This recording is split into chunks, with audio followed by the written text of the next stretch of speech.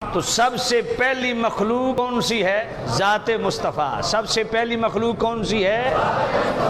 جواہر البہار کے اندر امام یوسف نبہانی رحمت اللہ علیہ حدیث لاتے ہیں، میرے نبی نے فرمایا اے عمر، اللہ نے سب سے پہلے میرے نور کو بنایا اور میرے نور نے اللہ کا سجدہ فرمایا۔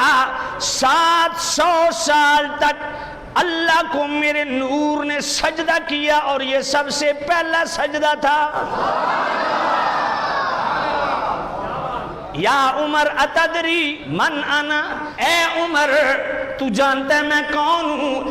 انا الذی خلق اللہ العرش من نوری، اللہ نے سب سے پہلے میرے نور سے عرش کو بنایا۔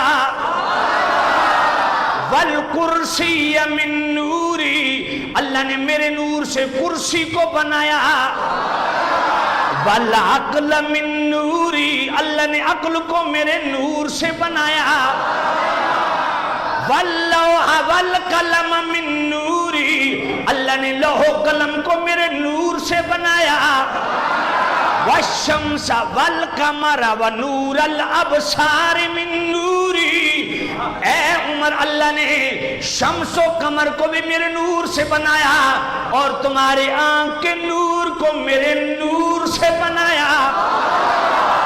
ونور المعرفت فی قلوب المؤمنین من نوری، اے مومنو جو تمہارے دلوں میں ایمان کا نور، فراست کا نور چمک رہا ہے وہ میرے نور سے بنایا گیا ہے۔